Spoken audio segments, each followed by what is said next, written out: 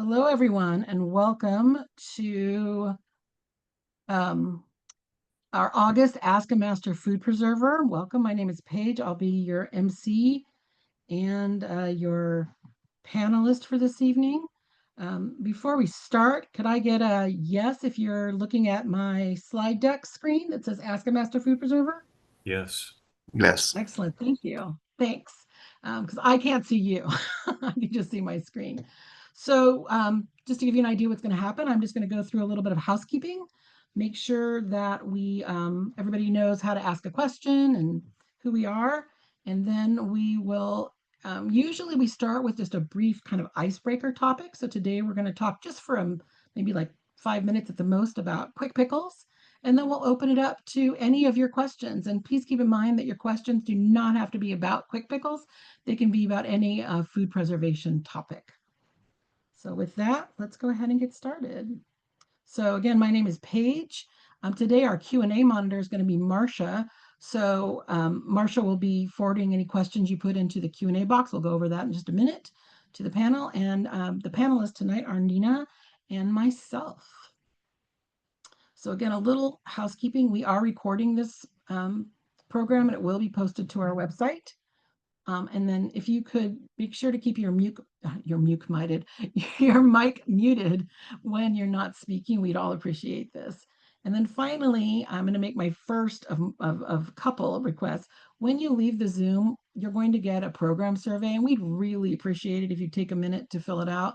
I know filling out surveys sometimes can seem a little tedious, but the information you provide is really helpful to us to just continually improve our program. So we really appreciate that extra few minutes of your time. So with that, we're here to explore any topic you wish. Again, please unmute. And if you have questions, you can use the Q&A tool, which I'm going to go over in just a minute, or you can just raise your hand. So if you prefer to type your questions, you can use the Zoom Q&A feature.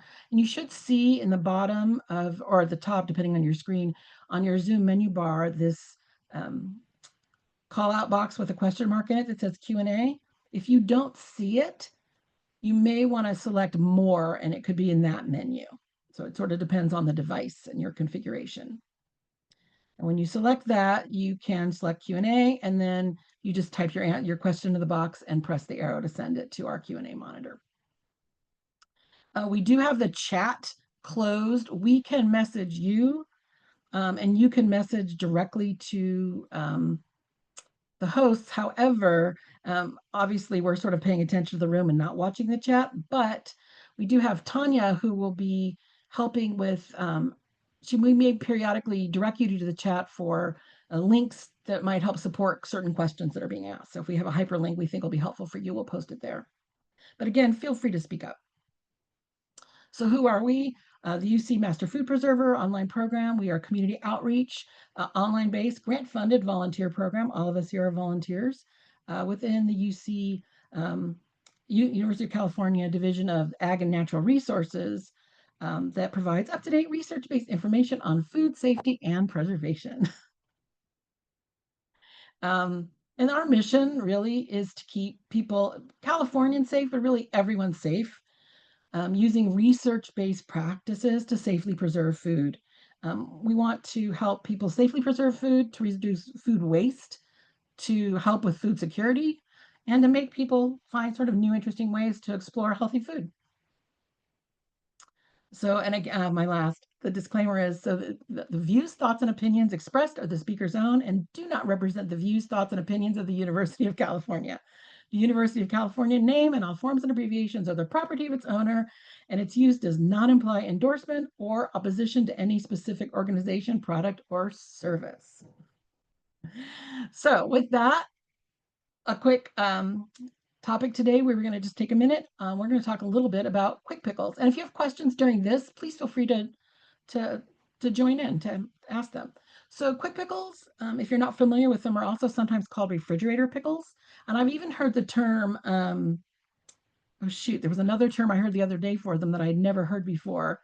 I think they called them a cold pack pickle, which is a little deceptive because they're not really cold packed, but okay. But the key with a refrigerator pickle is that they're made with a vinegar-based brine. They're not fermented. So the pickling process, fermentation involves deliberately growing beneficial bacteria that will produce acid that then pickles the product. In a quick pickle, you're just starting with the acid, vinegar, right? But they're great because you can do really small batches. They pickle really quickly, usually within 24 to 48 hours. You just store them in your fridge. You don't need any special equipment.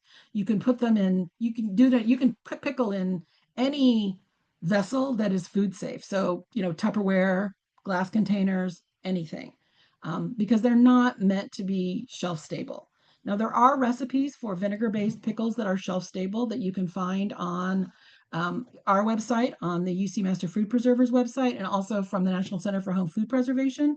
But in general, quick pickles are meant to be something you make in a relatively small batch. They just go right in the fridge, which is great because you don't have to kind of deal with the canning part of it. They're great also in the summer when it's hot because you're not dealing with the boiling water and all those sort of heat producing things in your home. So I love a good quick pickle. The other thing about quick pickles is you can sort of quick pickle almost anything, and they're just so easy because you don't have to monitor the fermentation. There's less concern about things like salt ratios and temperature control. They're ready really quick, and you can customize it. And you can quick pickle. So I should have mentioned. So this picture in this slide is some pickled watermelon rind. These in this picture those are pickled figs. And if you have not ever had a pickled fig, they are absolutely delicious. And they're my favorite way to use up when I either get too many figs or figs will go on sale at the store and my husband goes nuts. And then I'm like, we're not going to eat this many figs. So let's pickle them. And our family, our favorite way to eat them is actually over yogurt. We chop them up, eat them over yogurt, but they're really good. But you can pickle cucumbers, obviously, but onions, carrots, green beans, radishes. I have right here, as we're sitting here, I brought a couple things. I had a jar of watermelon rind. So obviously they're traditional, like, I don't know if you can see this. This is just cucumbers, but these are a quick pickle. So again, I made these 2 days ago. They're ready to eat already. They just live in my refrigerator. They are not canned. They're not shelf stable. But I only wanted to make this one jar because I just had a few cucumbers to use up. And another thing that I made were, this does not look so pretty, but if you can see it, I hope you can. These are slices of pickled pear. And I really love pickled pears, apples. If you have extra firm like nectarines or really crunchy peaches, pickling them is delicious. And the pickled fruit is great in fruit salads. It's great. The juice actually makes great mocktails, but also they're really surprisingly good with fatty meat. So things like brisket or pork belly or those very unctuous fatty meat dishes. Barbecue, sliced pickled apples with barbecue is really, really good. And it's cheap and easy to make and fast and something kind of different that you can serve to your family and your friends with very little effort and minimal cost, minimal time, and like huge flavor. And the great part is you can customize them really easily. And so finally, I'm going to finish up with that with a really basic brine. This image, by the way, is pickled kelp. These are bullwhip kelp. I live on the coast, so I have access to this all the time. So this is pickled bullwhip kelp that my family actually likes to eat quite a bit. But a basic brine to do a quick pickle like this, a refrigerator pickle, is you'll use 1 cup of vinegar. It needs to be 5% acidity. So you need to be careful about using specialty vinegar. Champagne vinegars, rice vinegar, you've got to read the label. If the label doesn't say 5% acidity, it's not appropriate for this. Then that vinegar should be used as a flavoring agent, not as the acidifying agent in the pickle. So we want 5% acidity. Your standard apple cider vinegar or white vinegar you're going to buy in the grocery store is usually 5% acidity. But look at the label because they do make cleaning vinegars that are like 30% acidity. You don't want that. And then 1 cup of water, 1 tablespoon of salt, and then depending on the flavor you're going for, 1 tablespoon of sugar. And that's a basic brine. And that's it. That's enough. And you can make, and that'll make about, if you pack like 2 jars, about 2 pints that's enough brine for about 2 pints of whatever it is you're pickling. And then you can add whatever spices you want. So, for example, in this Quick pickle I have here, I have brown mustard or yellow mustard seed and some dill heads from a dill plant I have that's bolted in my garden. The um, I'm trying to think what I put in the pears are a little bit of, oh, the pears have cardamom and a little bit of ginger. So that's what I did. And you can get creative with that in terms of what flavors you want. You can go sweet, savory, a combination of the two. You could add some chili if you wanted to make something spicy. We often do quick pickled baby carrots in our house and add maybe a little Thai chili to make my kids call them firecrackers. But quick pickles are delicious and super, super easy. So with that, we're going to open this up to any questions you have. So does anybody have any questions they'd like answered about quick pickles or any other preservation topic? Yes, Paige, we do have a couple of questions. Great. The first question is from Mousy Cake, and they want to know if they can acquire somewhere in the program for personal tutoring for specific recipes. So personal tutoring. Okay, so we don't right now the Master Food Preserver program does not offer sort of one-on-one classes. However, we do have our Ask a Master Food Preserver hotline where you can ask us like very specific questions, and people often send us very detailed questions, and we will provide you with very detailed answered. I had personally one I was answering maybe about 2 months ago that my response was probably like 2 pages of information, but we're happy to do that research and to help you answer those questions. But our Ask a Master Food Preserver hotline would be the first place to go to ask specific questions anytime, because again, our event here is only once a month. And the other place sometimes people will send us questions is actually through our social media, through Facebook or Instagram. If you have a specific question, we'll try to get back to you as quickly as we can. But those would be the two places you could go to ask like a question you specifically have outside of one of these programs. I hope that answers your question. If it doesn't, feel free to ask a clarifying question. We'd be happy to answer it. Okay, Paige, the next question we have is from Karen. Is pickling salt specific? Can I use table salt or kosher? Super good question, and one we get a lot. So the thing about pickling salt is it's just pure salt. It does not contain iodine or any other anti-caking agents. A lot of, your kind of Morton table salt is iodized. It says it right there on the container. And those things can cloud your brine and kind of give you kind of a weird looking result, but also can have flavors. And same thing with the anti-caking agents.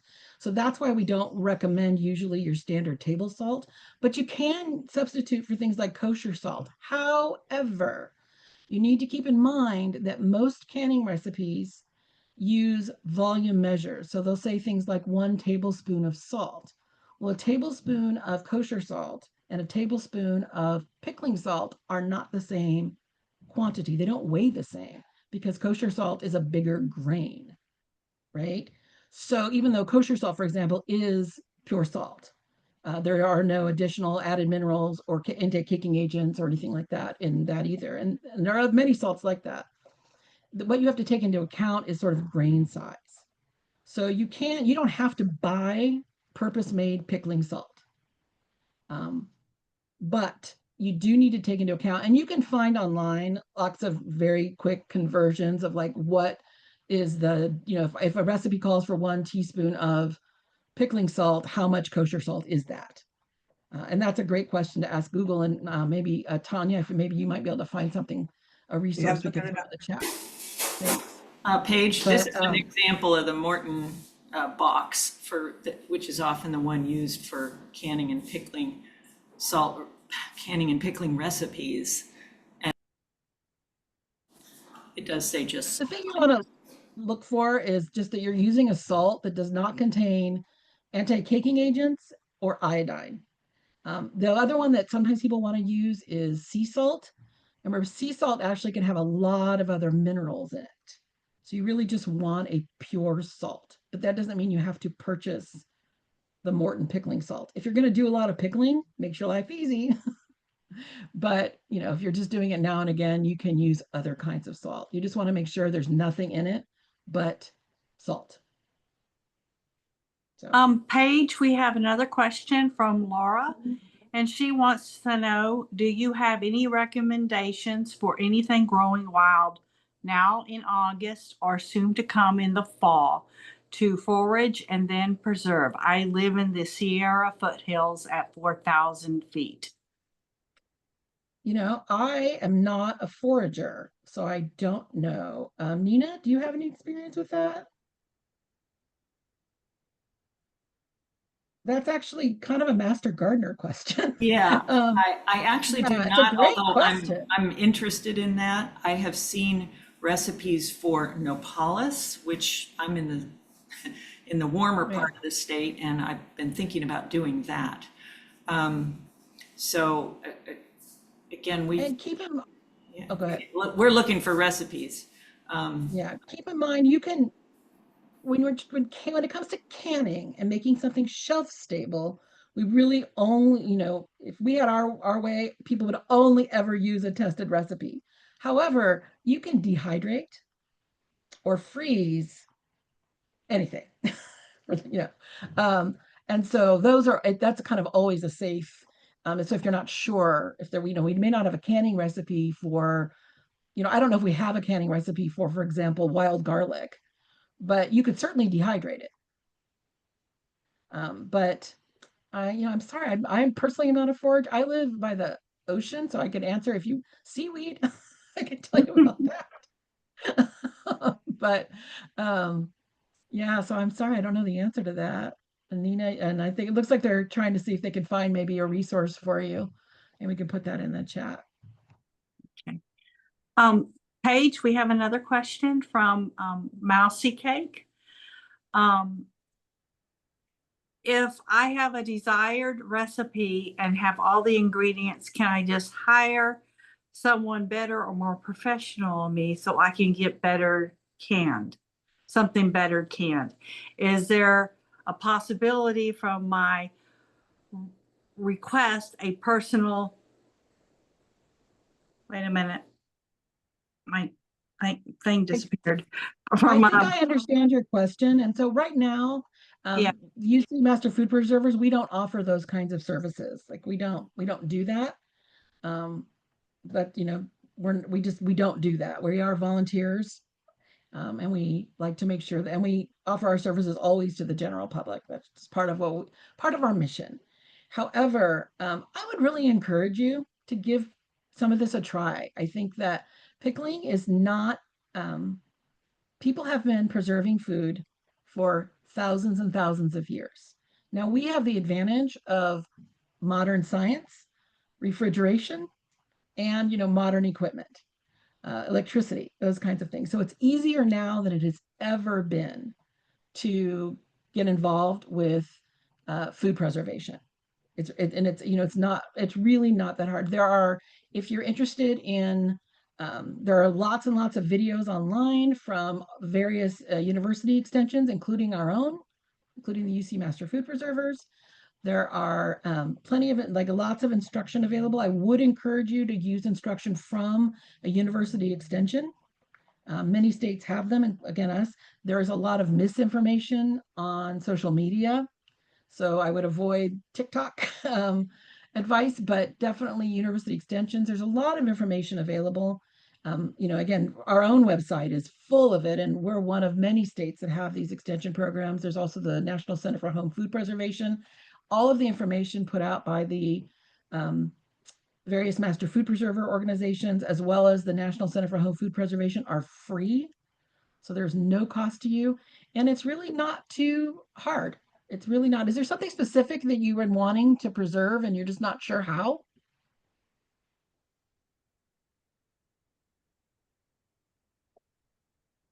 And I'm Paige, not, uh-huh.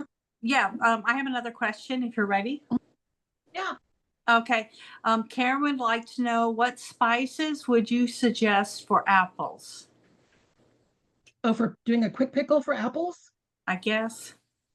Kind of depends on what you want to do with it. I personally, when I do pickled apples, so again, a refrigerator pickle, I tend to use them in more savory applications. So I don't do a lot of like, I kind of shy away a little bit from what I think of as apple pie spice. Mhm. So I will add usually with the apples, I might add a cinnamon stick, but then I'll also add maybe ginger and maybe even a little mustard seed to go kind of that savory, just to add a little more depth and interest to it. However, that said, kind of anything you would put in an apple pie or apple sauce would be good in a pickled apple. So any of those flavors, but you could go a little spicy. If I was going to go with a pepper, I would want something maybe a little on the fruity side, like Aleppo pepper. Or, I don't know, to my palate, the idea of something smoky would not be good, but that's me. um, and then citrus would also be delicious. A little orange rind would probably be really delicious in that, just to give it a bit of a balance. The vinegar keeps it from being too, it's not going to be sweet. It's not going to taste like dessert. But I'm thinking a cardamom. I love cardamom with pears, but I think that would probably be good with apple as well. But I'm thinking right now, like I think some yellow, like mustard seed and stem ginger, or black pepper and stem ginger would be nice. That would be a little bit spicy, but not in a pepper way, in a chili way. So those would be mine. I don't know if anybody else has any ideas. What do you think would sound good? I have a question about adding spices to refrigerator pickles, and I don't know the answer to it, so maybe you do, Paige, just to contribute to the discussion. Do you put the spices in the bottom of the jar so that they don't sort of float to the top? In other words, they're underneath the produce? Are you concerned about that? I In, am not. And I got to tell you, so again, refrigerator pickles are going in the fridge. So you don't have the same concerns also about things floating on the top and getting moldy the way you would in a fermented pickle where you want to keep everything under the liquid. okay. So I like to put my spices into the brine and let them sort of make it like almost like a tea. And then I just pour it right over the top. It's not as pretty, but it's sort of quick and easy, and it helps to just impart those flavors into the brine really well because this is not going to be heat treated. It's not a hot pack. So I want, that opportunity for those flavors to really get into the liquid. And again, because it's going into the refrigerator and you're going to be consuming it usually within about 2 to 3 weeks is about as long as you're going to want to keep something like that. Um, I don't worry about it. I just put it right into the brine and then pour it on top. It's one of the things I love about a quick pickle is that because it's not intended to be shelf stable, you can have there's a little more wiggle room about that kind of thing because the consequences are that you're just kind of pushing them out of the way when you go to pull something out of the jar. So I have a question, Paige. I just Mhm. pickled some peaches and canned them. Would Oh, I, that sounds delicious. yes, and I use cinnamon and cloves. And I'm Mhm. thinking I could probably quick pickle those. What do you think? Oh, well, you've already canned them? No, well, I have more peaches. Oh, yeah, you could absolutely do that. The thing with peaches is, this is just my experience, is you definitely want a crunchy peach. Um, So, quick pickling is not something you want to do with fruit that's overripe. So you want something a little on the firmer side, just so it keeps it just for better texture. It's not a safety issue; it's a texture thing. But yeah, you could absolutely quick pickle peaches. I have.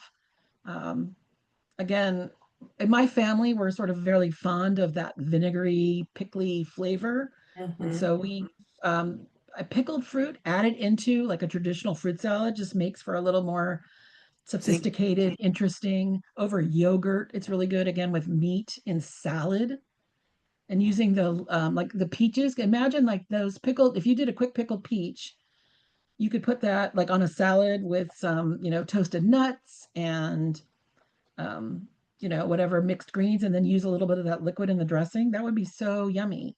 yeah. And that, and it's easy to do, but you could definitely quick pickle peaches. I think that sounds great. In fact, that would be a great, you can quick pickle white peaches. So you cannot can, we don't preserve white peaches generally because they are low acid, but you can quick pickle them. But again, that's because you're using, 50% vinegar, 50% water, and it's going in the fridge and being consumed quite quickly. So you can quick pickle things that are not necessarily going to be, that are not recommended for shelf stable pickling. But yeah, that sounds really good. I also found a salt conversion chart on Morton Salt website. And they list 9 different salts and how you can convert them. Oh, perfect. Thank you for finding that. Mhm.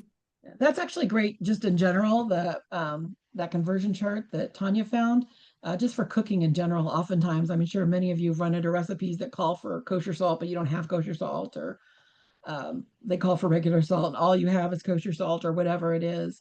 So just knowing the difference, so that you're not over or under salting your food. But in pickling, it is particularly important because salt is a part of that whole balance of acid and creating that environment that makes that, one, if you're fermenting something, allows for safe fermentation, but when you're canning it for it to be shelf stable, it's so important that you're following that tested recipe really closely so that you have that right balance of acid, you have the correct pH, and all of those things that the undesirable things that can grow in canned food do not like.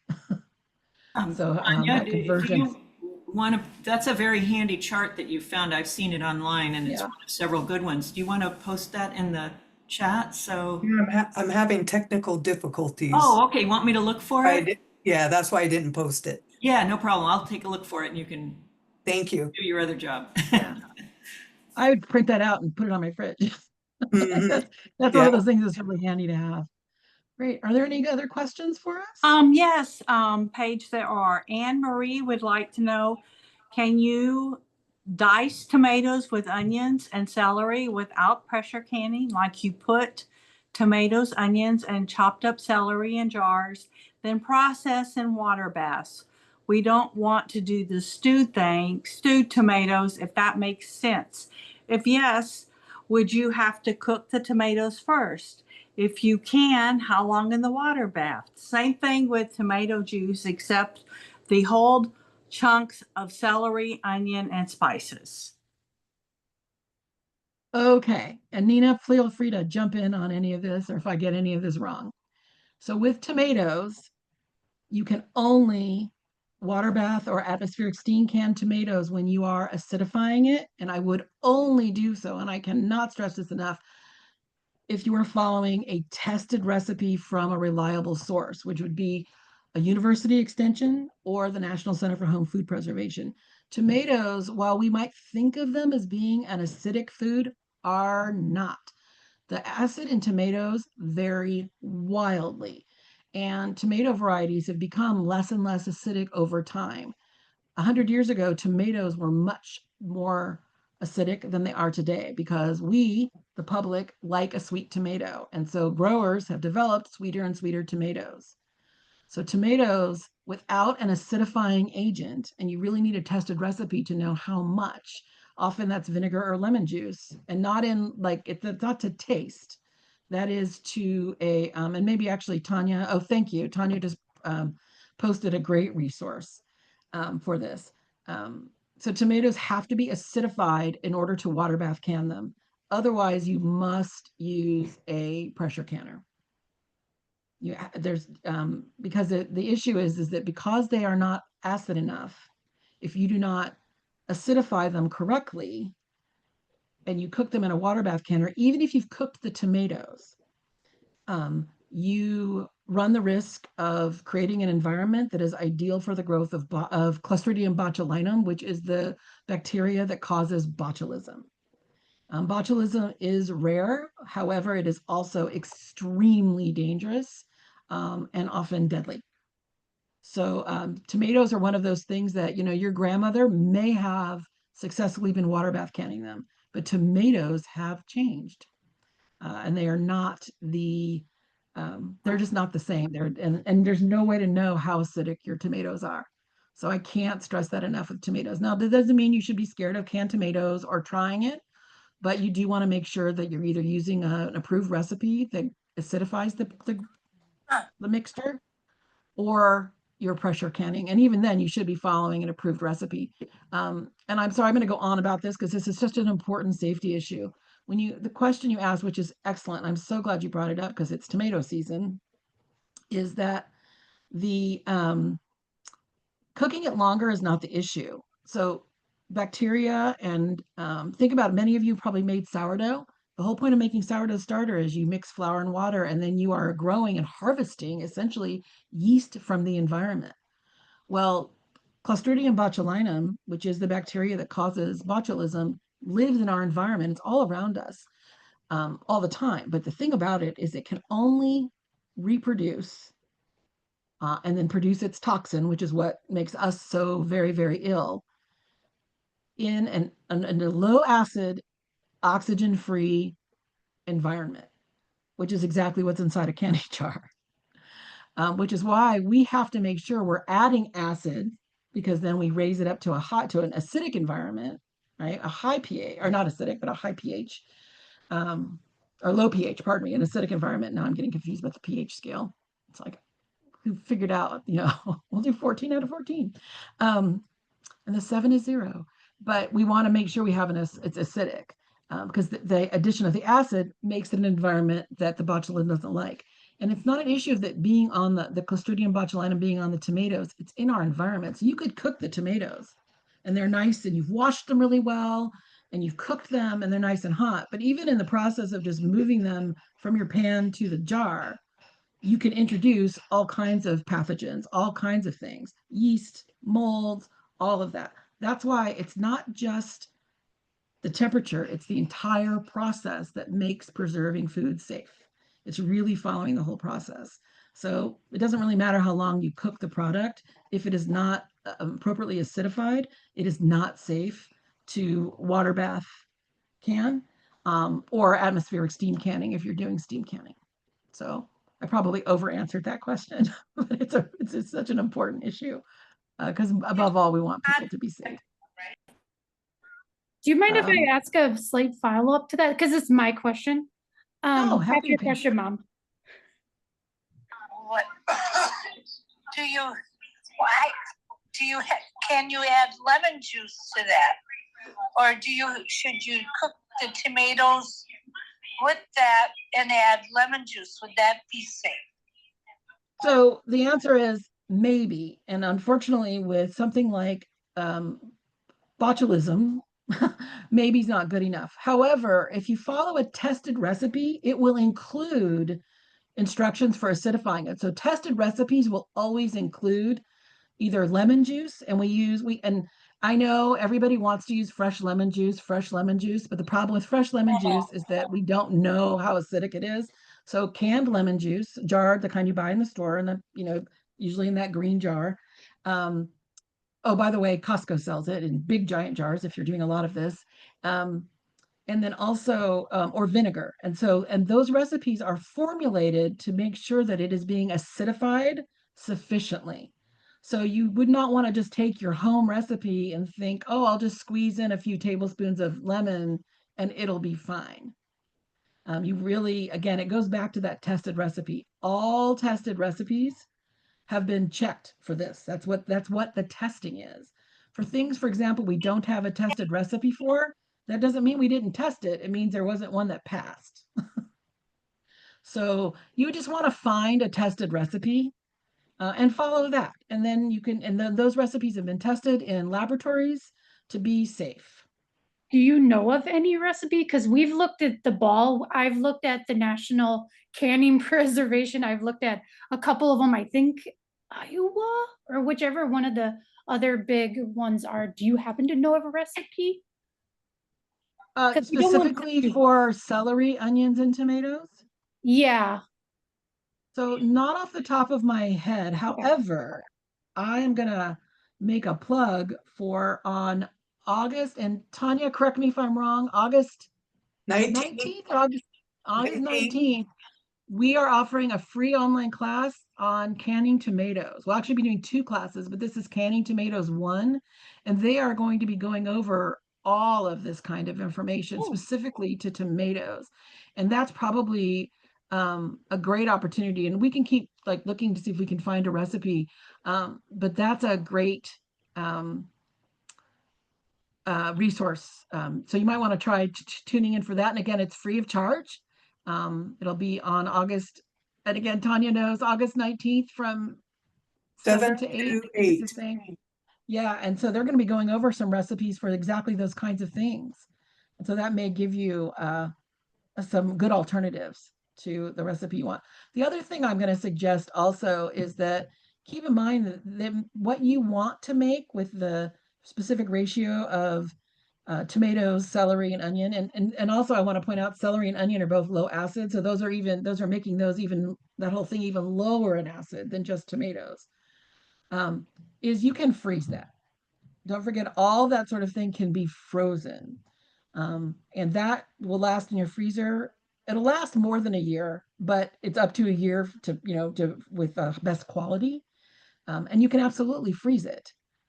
And that's perfectly safe. You do not need to worry about acidifying it, any of that. You can just put it in your freezer. So you can freeze in jars. You can freeze in jars, but you want to leave about 1.5 inches of headroom for the expansion of the liquid. My favorite way to freeze things like that, I freeze all kinds of stuff, tomatillos, you name it, is I do it in freezer bags and then I freeze them flat on a tray so that they're nice and flat, and then I stack them like books. So that way it doesn't take up quite so much room in my freezer. I can get those gallon freezer bags just lined up like little soldiers. Um, so that She way I could have can just the the space. tomatoes and then add the celery and onions after she's done, but not together. Yeah. Yeah, because that is definitely a low, I mean, I shouldn't say definitely, because I don't have a pH meter on me, but that is likely to be a low acid food. And so without proper acidification, there's really not a safe way to water bath can. And I know if you go online, there are a lot of, the whole thing, the Amish do it, that it's just not safe. Right. And it's a little like my favorite example I like to tell people is it's a little like, um, you know, um, jaywalking. Many of us do it, but it's not safe. It's not a good idea. We would never tell our kids, oh, don't worry about the crosswalks, just go in the middle. It'll probably be fine. And you know what? It probably will be until it's not. The consequences are really significant if something goes wrong. And that's why it's important. Again, I was saying earlier, canning is not difficult, but there are a few rules. And one of them is really understanding the difference between low acid and high acid foods and making sure that they are being processed correctly. And for what you're suggesting, without proper acidification, there's really no way to know um, if it would be safe to water bath or to atmospheric steam breath. Again, pressure canning, most likely, yes. Um, Paige, there's a question from Karen, and Bill kind of has the same question. They would like to ask questions on Yeah, go some ahead. non-pickling questions. So I suggest that Karen and Bill go ahead and post your question, and then we'll go on to the next question, which is from Laura, who says, last fall, I canned some apple butter. My husband decided to help and put in some butter into the batch. Do you think these jars are still safe since the batch was made with butter? How much butter? And the reason I'm asking is that even in some of our recipes, um, it's not unusual to see recipes that call for like a teaspoon of butter to help with the foaming on top. And so if you were following like one of the, a recipe from like, again, a university extension, we do recommend the Ball book. Many of those do call for like a very small amount of butter in sort of a large container. And they're intended for canning. The recipes are, made for canning and they're safe. But the amount is pretty small in relation to the entire batch size. If he was adding, a teaspoon of butter into every jar, I personally would be reluctant to consume it. The hard part is that some things, when we open a jar, we can see. You can see mold, but many bacterias you cannot see. Things look and smell fine, and then they make you sick. That's how we eat delicious food sometimes, and then are surprised when we get food poisoning because everything tasted fine. Not all of these things are things we can we can detect. So it kind of depends. I would recommend going back to your original recipe. Um, and did he just add it for like he just thought it would be helpful, or was he trying to deal with the foaming on the top of the No, batch when you were? yeah, he thought it was gonna taste really good. He added, it was a big pot of apple butter, and I think added a half a cup of butter. Yeah, I would. Um, I mean, I can't know if it's safe or it's not safe. Right. I can tell you personally, I would not eat that, not after a year. Mm-hmm. Um, Okay, thank you. that would be me. So, however, just for the rest of you, things like I just made a whole bunch of plum butter, and it does make those butters after I mean, make them following a good recipe, but they also are delicious mixed with if you whip them like in a stand mixer with some butter to make like a whipped butter with the fruit, like sort of real butter and fruit butter whipped together. It's really yummy, like at a brunch. So your Okay, husband was on to something, but that's not the way to do it. yeah. Okay, Paige, the next question is from Isaac. He wants to know, is clear gel required for canning pie fillings? Is it safe to omit and thicken upon opening? So yes, you can thicken upon opening. Um, Absolutely. You don't have to use clear gel. The reason clear gel is usually recommended is because it can withstand the heating process of the so when you can pie filling, and you usually do that, it depends on the recipe, but um, many starches are too thick, and you don't get good heat penetration, so then it's not safe. But also many starches that we use for thickening cannot withstand the heat of the like the cooking and canning process. Um, and then when you go to make it, like essentially the thickening properties break down and it doesn't work, which is why clear gel is often recommended. And clear gel is a type of modified food starch. And there are a couple different versions of it. You want to make sure you're buying the one that is intended for cooking. Um, that said, another thing you can do with pie filling is also pie filling can be frozen. So you can take your recipe for pie filling and freeze it. In fact, I do that, and I make my pie filling and I freeze it. Actually, I line my pie pan with plastic and I freeze it in the pan and then wrap it up. So my filling is already pie shaped, and then I can just drop it in a shell. So it's like even easier than the jar, but it does take up a little freezer space. But yeah, you can omit the thickener. At that point though, yeah, you're what you're really doing is just making canned fruit. So whatever the fruit is, you could follow a recipe for canning in thick syrup, in a heavy syrup with whatever spices you want, and then just take it out, put it in a pan, add your thickener. You probably, yeah, and you could add your thickener. Then you'd have to play with that a little bit though to make sure that the ratio of liquid and thickener and all of that. So, but yes, you could do that. Okay, Paige, the next question is from Mousy Cake again. She has a learning disability, which is a processing disorder, and needs more specific help to really remember how to do things. And do we have any suggestions for her? That is not something that I'm really qualified to answer, and I'm sorry because I actually am a teacher, but I'm not that kind of teacher. That's just not where my training is.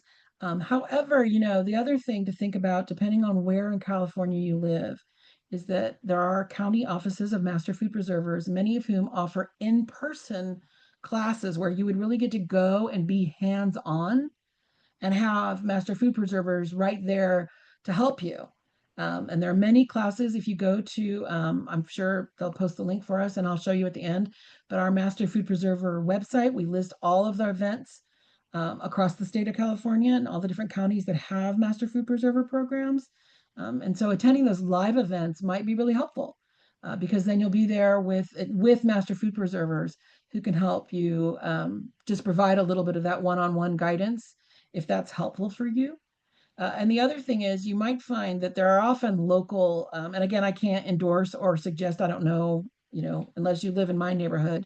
Um, um, but there are often people who offer canning classes. They're usually businesses that do that kind of thing, and you might look. But I would really recommend checking out to see some of the Master Food Preserver live events. I know there are, I can't name them off the top of my head, and I can't take my camera. I can't change my screen because otherwise everybody's going to change screens. But that offer live in-person classes, and that might be really what you're looking for. And again, then those classes are meant for, they're sort of follow along with the master food preservers, and there are master food preserver volunteers there to help the students, make sure that they have a successful product at the end of the class. Usually you leave with at least some sample of whatever it is you're trying to make. And I know there are a few of those coming up. At this time of year, there actually tend to be quite a few. So that could be really helpful. And most of those they're not all free of charge because they do provide, jars and the ingredients and all that, but they're usually relatively low cost. They're definitely, I can confidently say, they're definitely at a pretty low cost. They're not doing these events to necessarily make a profit, just cover the costs of the supplies. I have a question about that. If there's an event that's in a county where you don't live, are you going to be able to sign up for that? Or is that just for those people in that county? Or does it vary from county to county? No, counties don't typically, as far as, that's a good question. And Travis, actually, if you're listening, you might know the answer to this. But counties generally, because I know I've attended, there is not, I live in a county that does not actually have a master food preserver program on a county level. We here on this today are part of of the statewide online delivery program. But and I've gone to events outside of my county and no one's ever even asked me whether or not like they're curious because they want to know kind of where their audience is. But I know I've personally never been stopped. They're usually really welcoming and they want people to come. The rules for who attends events are different than it is for us.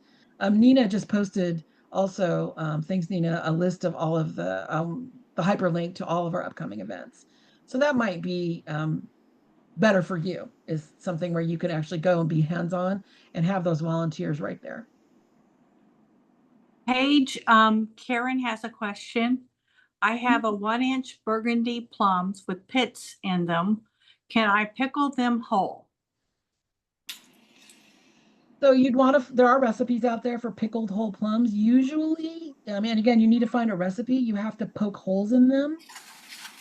Otherwise, the brine can't penetrate. So you have to take like a sterilized needle or a pin. You just want to make sure it's clean, obviously, and then you just poke holes in them. I will tell you, I have pickled whole plums before. You do need to have a firm plum.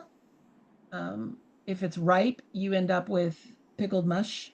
It's not unsafe to eat, not delicious, but you do need to usually pierce the skin if you're leaving them whole. And I believe there are recipes for that on the National Center for Home Food Preservation site. Because I want to say that's where I got my recipe from. So yes, you can can them whole, and I have done it, but you do typically need to pierce the skin. So that can be a little time consuming and they take a little longer than if they're cut in half. But I get it. I have lots of plums in my yard and I don't always have, they're not like freestone peaches. They're not so easy to cut in half and get that pit out, especially when they're tiny. Paige, Mousy Cake wants to know what the best recipe and ball for canning eggs. Can you can boiled eggs? And wants to know if you have any notes on that. And she's wanting to can fresh farmed eggs. So there are recipes for pickling eggs, for pickled eggs. You cannot can raw egg. I mean, it would cook in the canning process is what would happen. However, online, on the,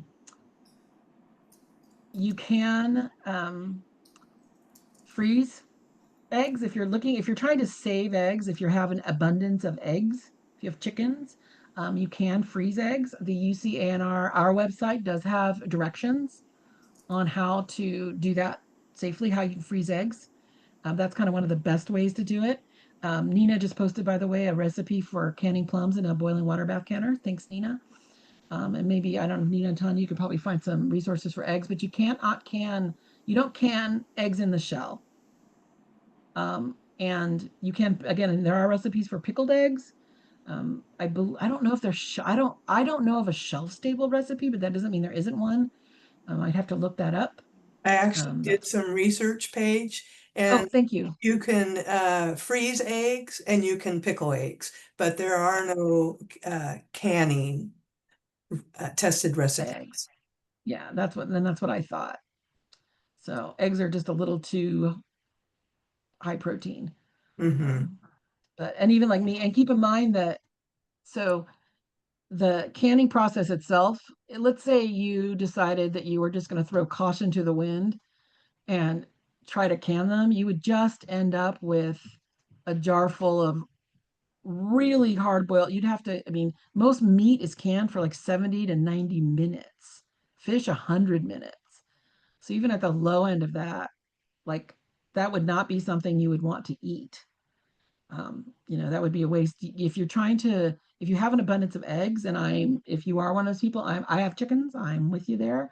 Freezing is the best way to store sort of extra eggs. There are ways to freeze them as a whole egg. You can also freeze whites and yolks separately, and there are directions available for that. Again, I know we have directions for that on the UC Master Food Preservers in our recipe archives, and they'll freeze for actually quite a long time. You can also um, freeze dry eggs if you happen to own a freeze dryer. I do not. Paige, the next question is from Laura. And she wants to know, are heirloom tomatoes similar to the tomatoes of 100 years ago? I'll still follow tested recipes. So great question. That's kind of more of a gardening question. And so, and if anybody else wants to pitch in on this, and the answer to that is maybe.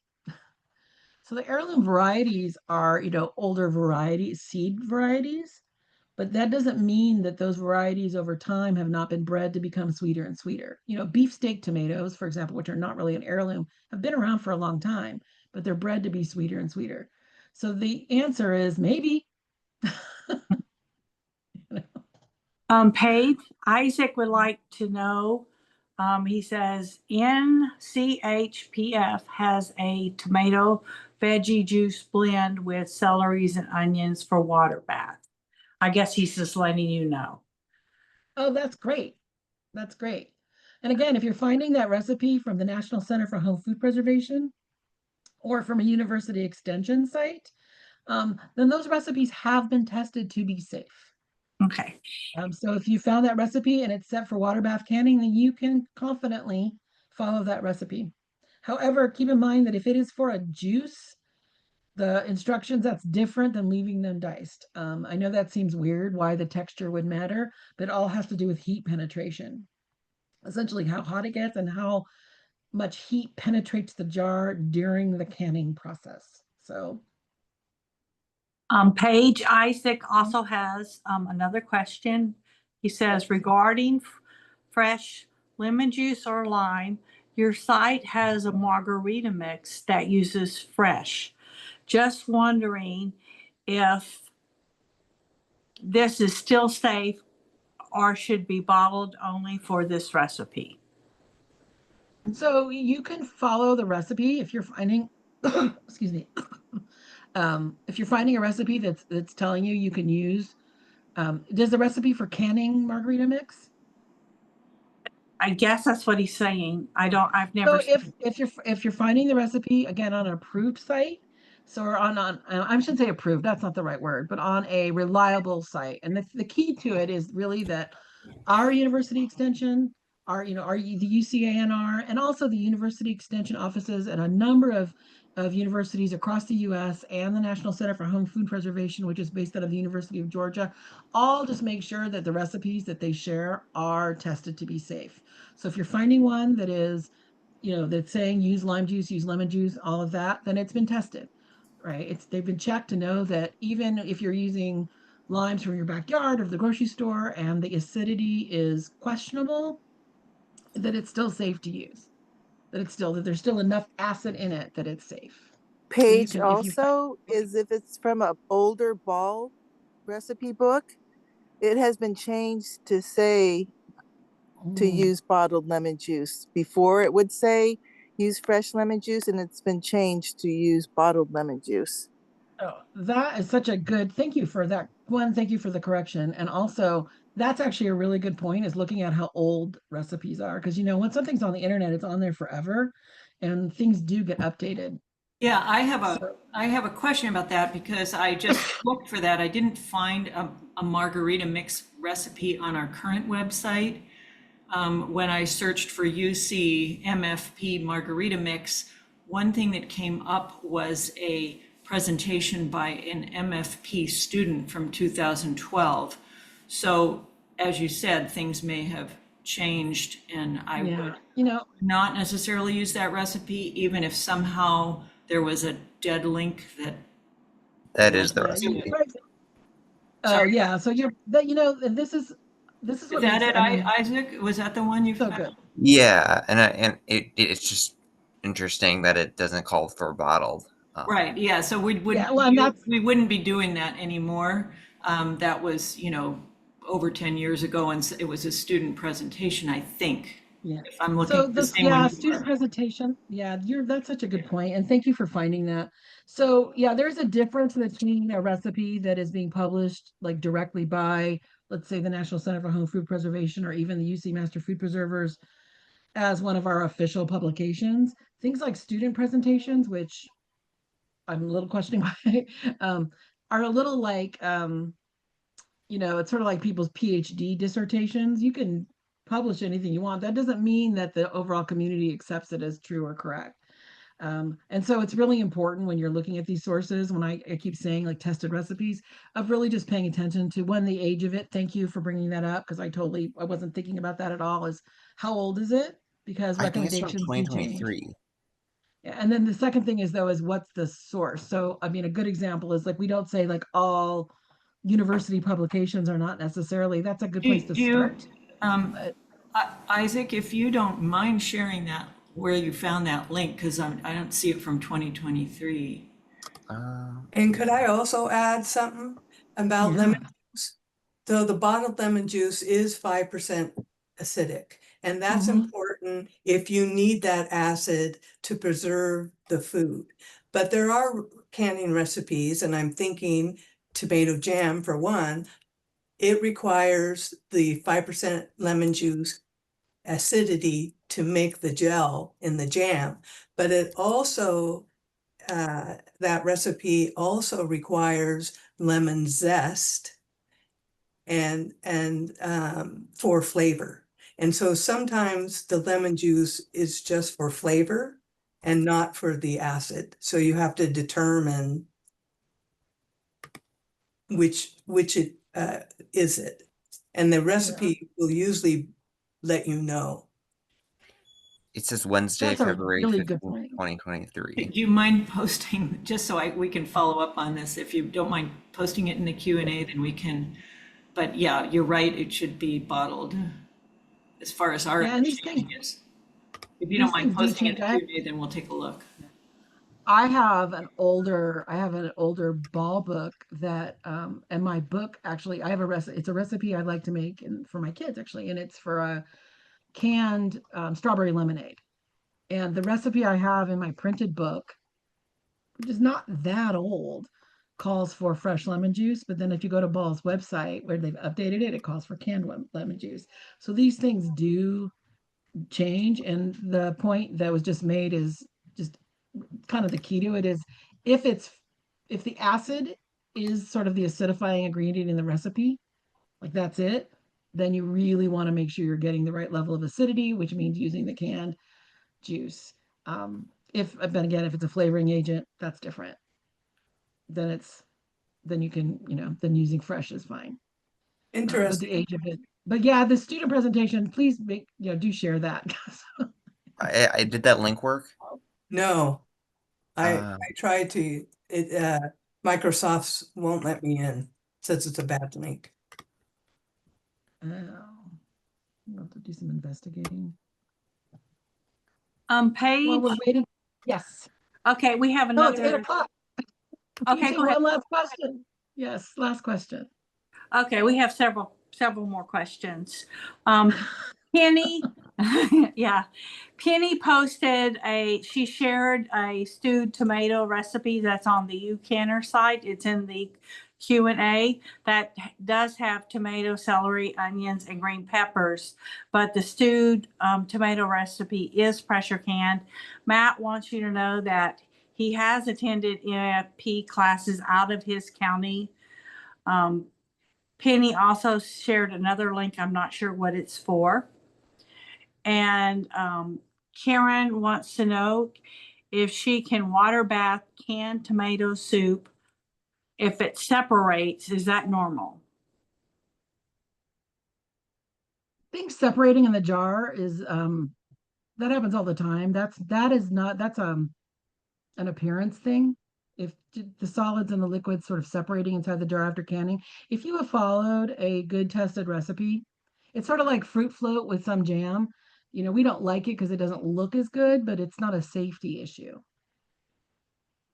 That's just the heavier stuff falling to the bottom. Okay.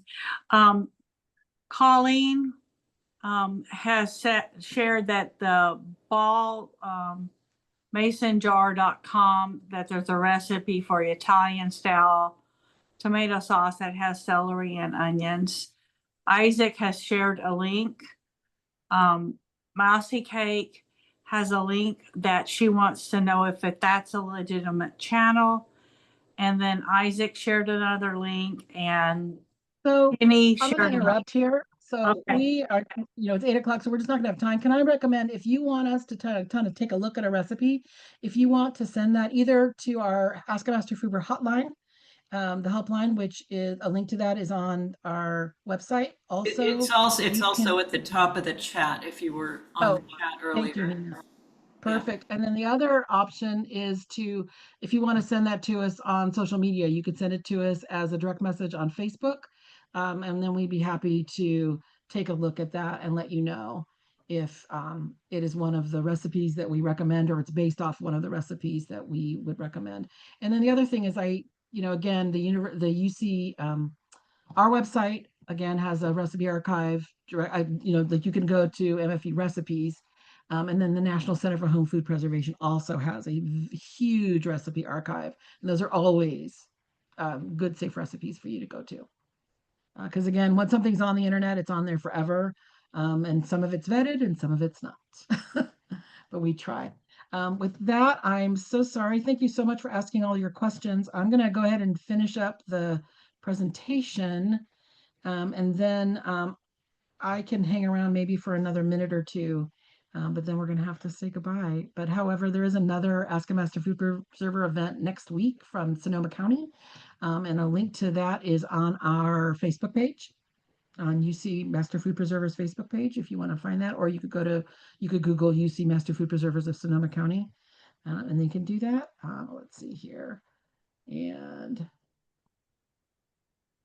let's see. Am I still sharing my slide deck? Yes. Thank you. I'm confused myself. All right. So we have to finish up. So a couple of the classes we have coming up. Again, you can go to mfp.ucnr.edu events and find all of our events. We have a Q&R code right here. We do have recordings of our past events as well available. And the next two coming up are on August 10th. That's this Sunday, is Fun with Summer Fruits. Which is going to include all kinds of different ways to use up all this wonderful fruit we have available to us right now. And then on August 19th, we will be offering our Preserving Tomatoes 1, which is going to include canning sauces and jams. And then there is a Preserving Tomatoes 2, I know, follow-up. And I should know, but I don't. Does someone else know the date of that? September 2nd, Tuesday. September 2nd. Thank you. And that's going to be, I believe there's a sign up link on our Facebook page, and you can also find that under our events page if you want to register for that. And those are both free events.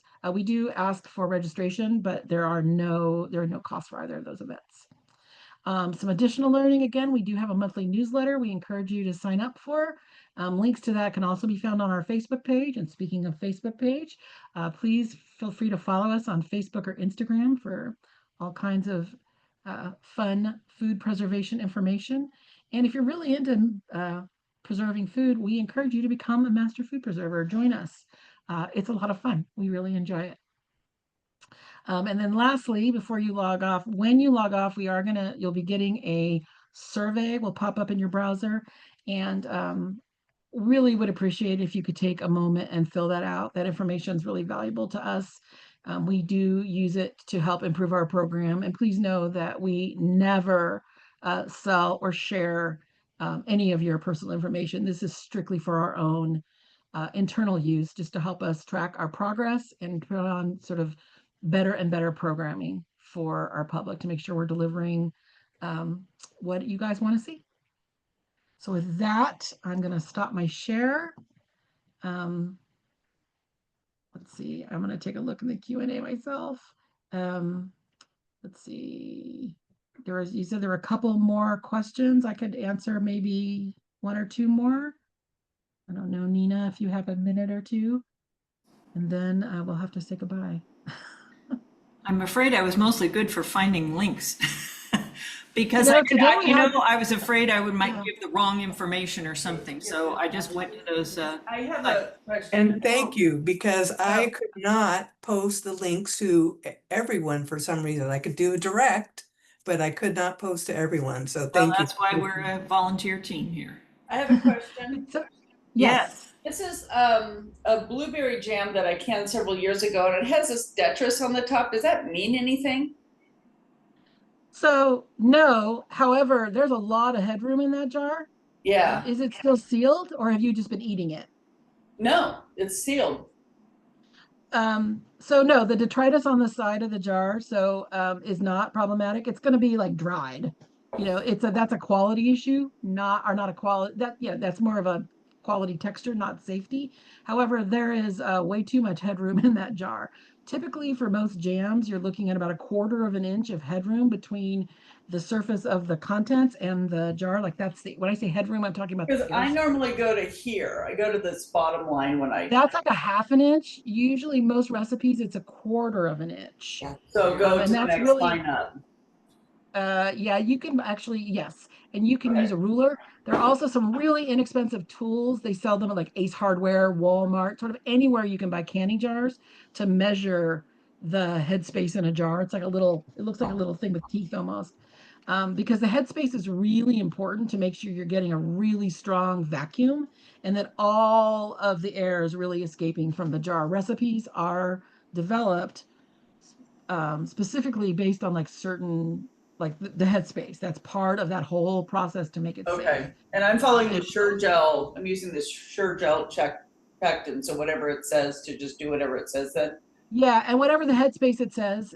But typically with jam, it's usually 1/4 of an inch. Not every recipe, and again, follow the recipe. But always follow the recipe. And Sure Gel's recipe on the one that's sort of on the inside of the pectin thing. Yeah, those are super reliable. But yeah, no, the stuff that's sticking to the jar, it doesn't look pretty, but it's not unsafe because it's sealed inside the jar. There's a lot of sugar. And I got access to a lot of blueberries. I was super excited. So I did whole blueberries with a light syrup. But when I put in the water bath canner, We call that siphoning. We call that siphoning. Yes. And that is usually, sometimes it just happens, that is usually has to do with headspace. Of not having either too much or not enough headspace. So what happens is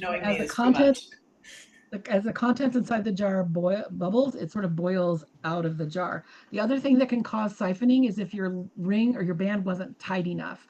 That whole finger tight, it can be too tight, it can be too loose. You sort of have to find the happy spot. So that's called siphoning.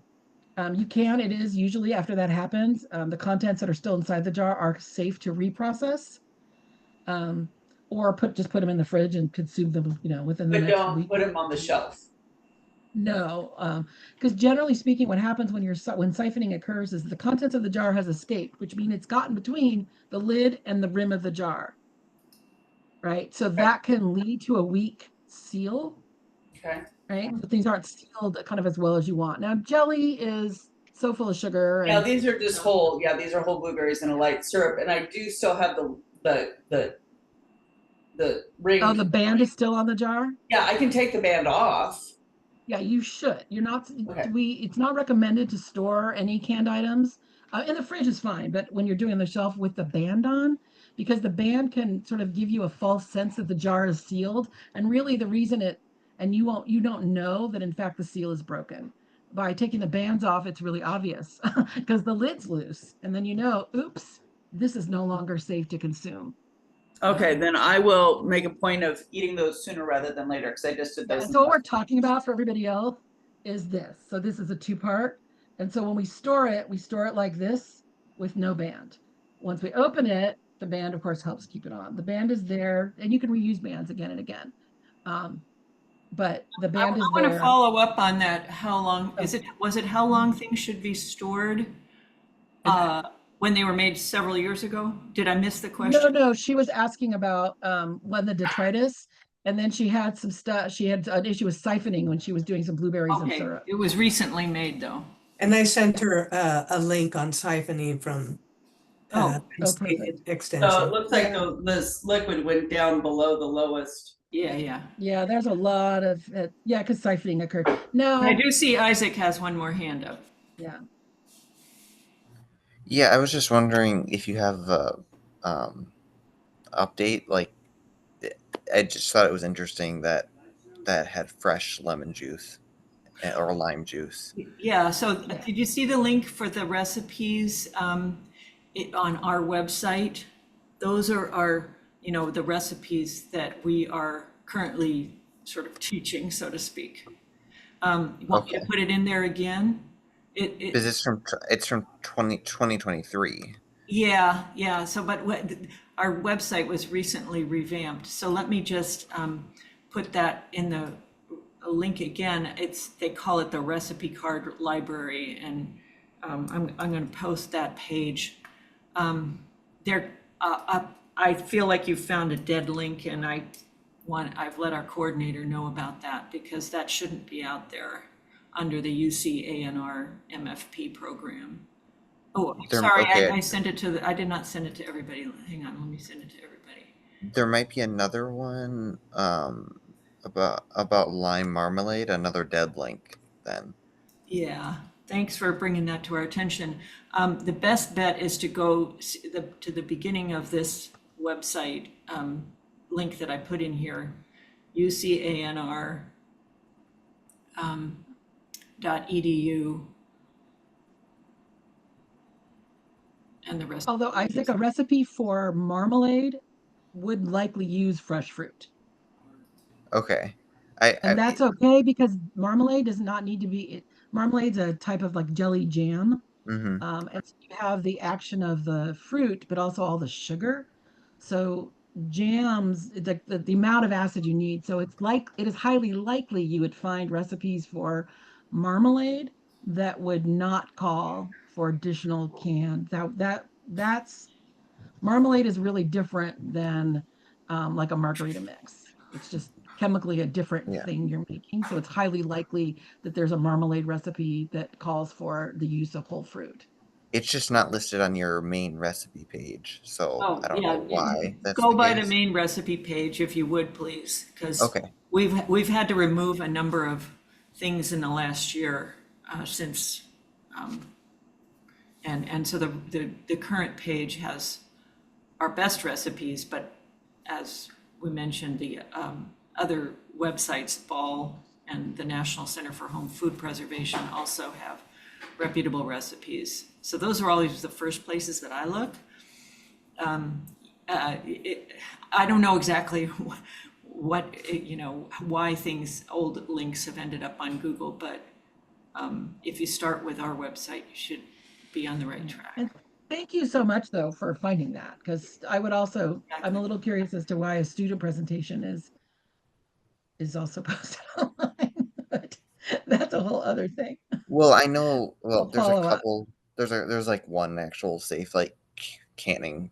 Well, there's some pretty safe Facebook groups. I mean, but they've posted those links and thinking they're safe because they're from the extension.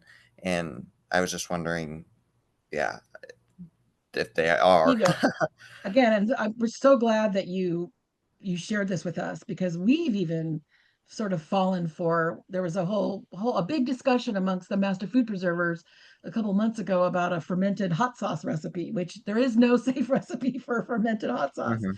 But somebody had posted one from another, and it looked like it was from a university extension, and it wasn't. It was from a university, but it was sort of like somebody's, it was like their, dorm recipe guide or like a farm thing. It had nothing, it wasn't part of the master food preservers, but it wasn't obvious. And we fell for it too. And then, a bunch of us were, a lot of us were also like, wait a minute, wait. We had to do some sleuthing. So such a great thing to bring up, and really appreciate you pointing it out. Super Do you want me to helpful. share the lime marmalade one just so you have that knowledge, that other link Yeah, to absolutely. delete Please do. or Yeah, absolutely. thank you guys for And your time. oh no, thank you again. We love this stuff. So excellent. All right. With that, it is well past our time, so we're gonna let everybody go. But thank you so much for all your questions. We really appreciate it. And again, another plea. I know you hung in with us well past the hour, but if you could take a moment to fill out that survey, we would really appreciate it. And again, with your questions, please don't hesitate to reach out onto your local master food preserver in your county if you have one. If not, we do have our statewide master foods. We have our helpline, and you don't have to live in California to ask us a question. We'll answer anybody's question. And you can also reach out to us on social media. Thank you. And with that, we'll conclude the event. Thank you, everybody.